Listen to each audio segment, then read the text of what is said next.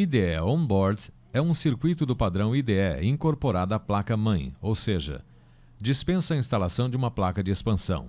Este circuito é composto pelas seguintes interfaces: duas conexões de padrão IDE, uma conexão para drives de disquete, duas portas seriais e uma porta paralela. Por padrão, a placa-mãe traz os dispositivos IDE habilitados, porém, se for o caso, o operador ou usuário poderá configurar este estado através do setup. Na verdade, a IDE é formada por dois slots ou conectores, chamados IDE1 ou primária e IDE2 ou secundária. Cada uma delas possui dois endereços lógicos que são Primary Master ou mestre primário e Primary Slave ou escravo primário na IDE1 e Secondary Master ou mestre secundário e Secondary Slave ou escravo secundário na IDE2.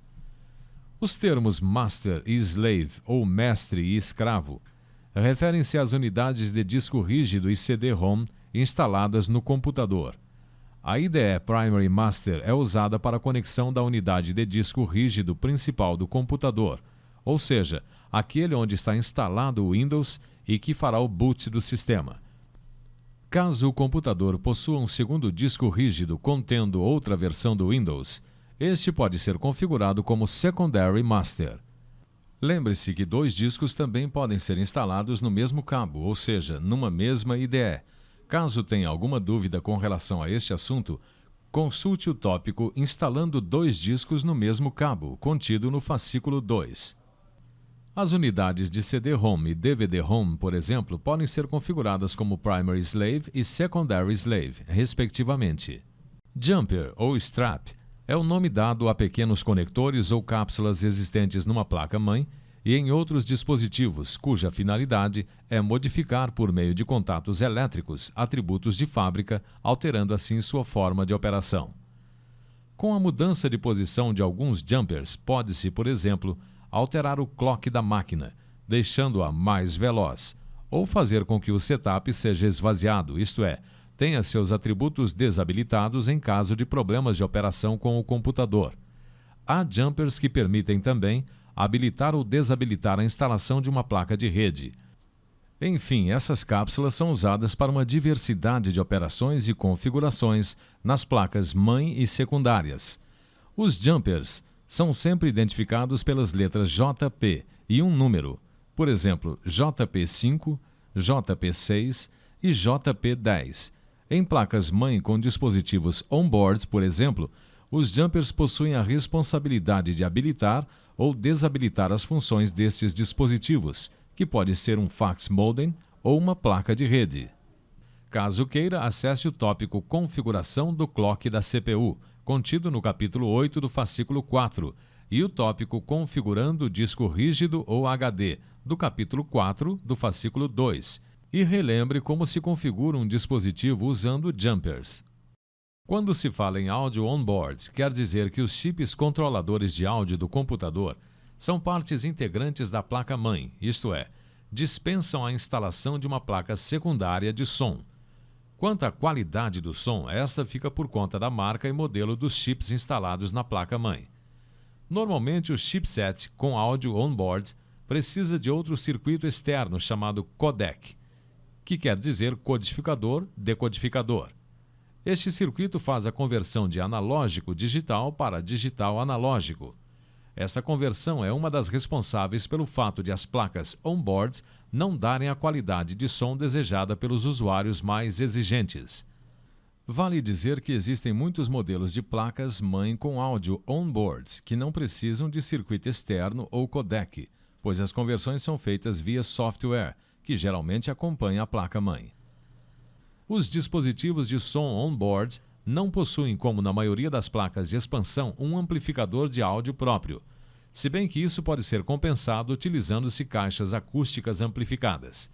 Tanto as placas de expansão quanto os dispositivos on-board possuem conectores que permitirão ligar ao computador os seguintes equipamentos: joystick ou um instrumento MIDI, como o teclado musical, por exemplo, em um conector de 15 pinos, especialmente desenhado para estes dispositivos.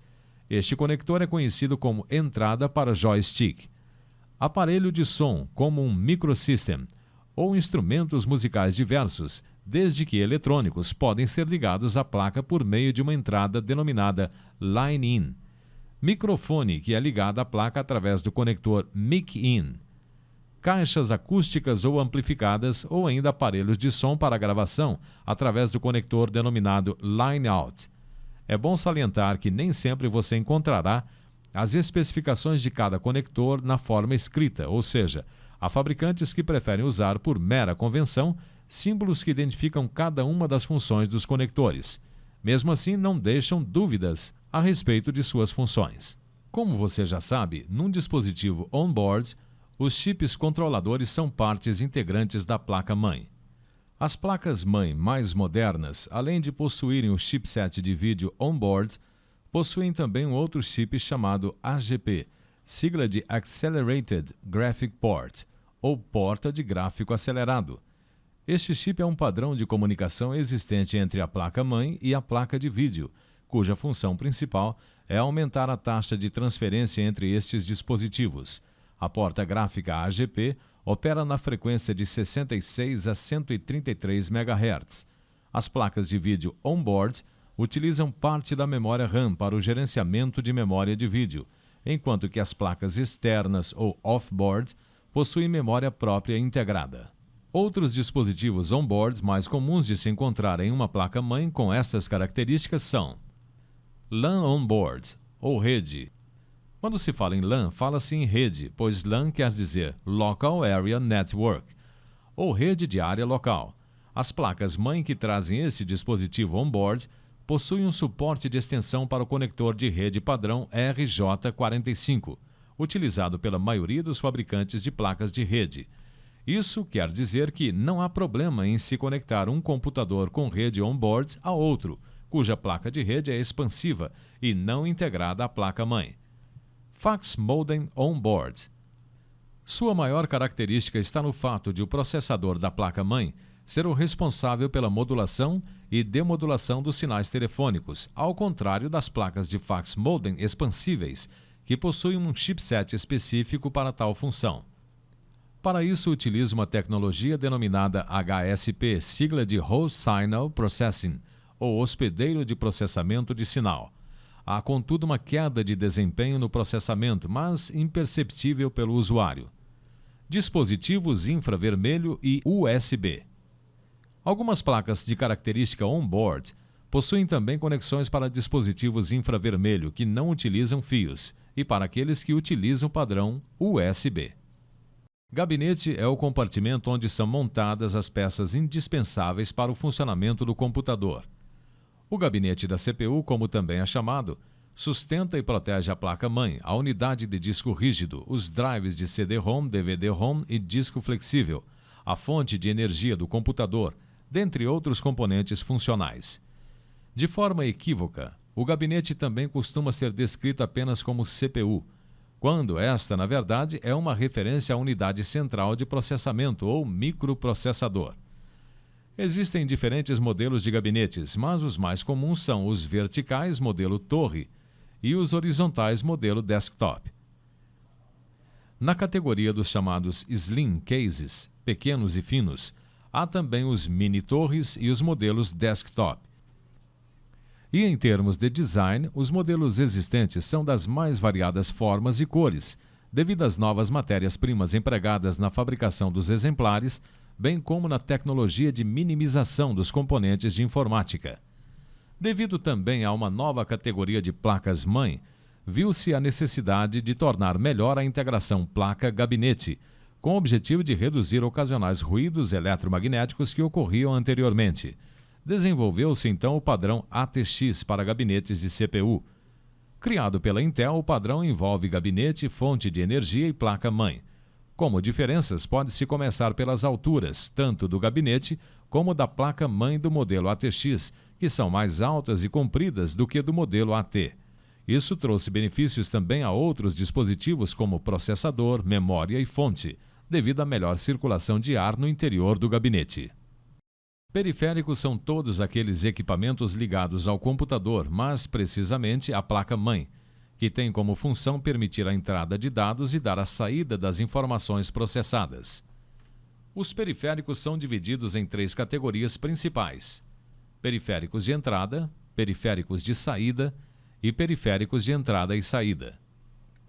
Os periféricos de entrada englobam todos os equipamentos que permitem ao usuário fazer a entrada dos dados na CPU.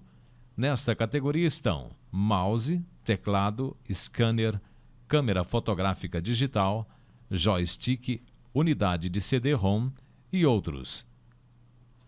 Os periféricos de saída englobam todos os equipamentos que fazem a saída dos dados processados, seja na forma impressa, de áudio, de vídeo, magnética ou quaisquer outras.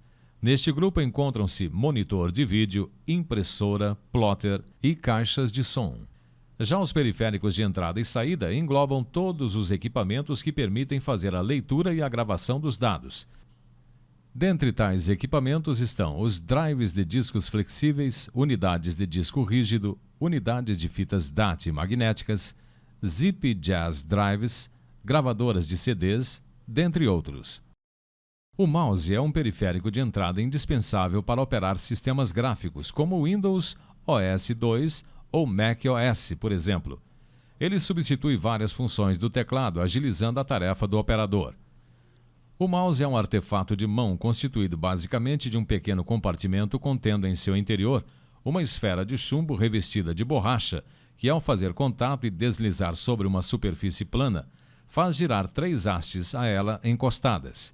Estas hastes, por sua vez, estão conectadas por fios elétricos a uma placa controladora que emite os sinais captados pelos movimentos da mão do operador à CPU. O processador lê os movimentos feitos nos eixos X horizontal e Y vertical, na forma binária, e os converte em sinais inteligíveis pelo operador, que é o movimento da setinha na tela do computador.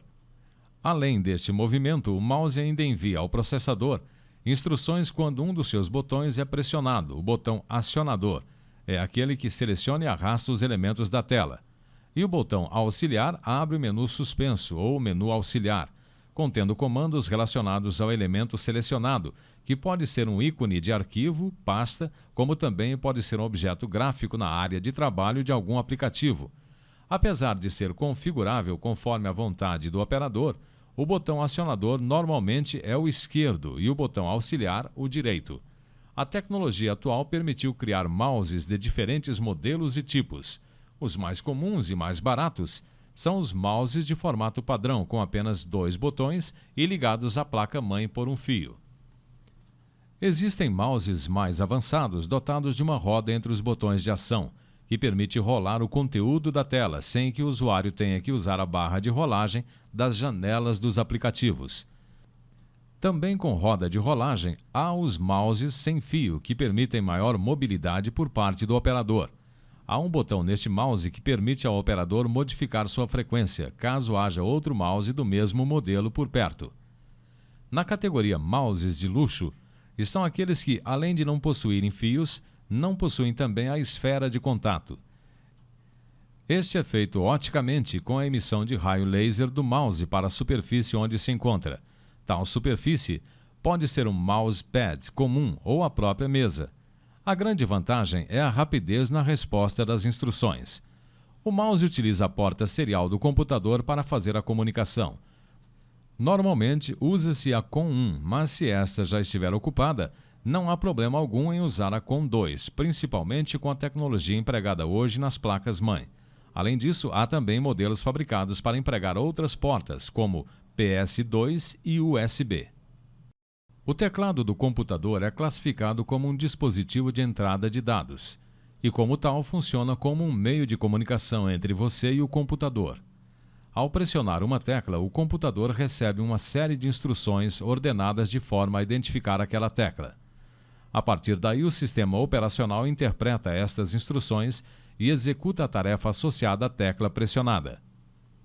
Apesar de existirem vários tipos de teclados, sua estrutura básica é sempre a mesma. As teclas correspondentes a letras e números, por exemplo, nunca mudam, independente do modelo do teclado. Já outras teclas específicas, como acentuação e pontuação, por exemplo, podem estar em posições diferentes, dependendo do modelo do teclado em uso. Porém, independentemente do modelo, a estrutura básica de um teclado é sempre esta. O teclado alfanumérico contém todas as teclas correspondentes aos caracteres alfabéticos, acentuação, pontuação, números, símbolos diversos e barra de espaços. Se você já usou uma máquina de escrever, certamente não terá dificuldades nesta parte do teclado, pois suas estruturas são bastante similares. Nas extremidades do teclado estão localizadas as teclas com funções especiais, como as teclas de ativação de letras maiúsculas, Caps Lock, e caracteres especiais, Shift, teclas de controle Ctrl e Alt, e outras igualmente importantes, Enter, Backspace e Tab. Já o teclado numérico é usado quando há uma maior quantidade de números a serem digitados. Além das teclas correspondentes aos 10 números, contém também teclas de operações matemáticas e uma segunda tecla Enter com a mesma função da tecla Enter do teclado alfanumérico.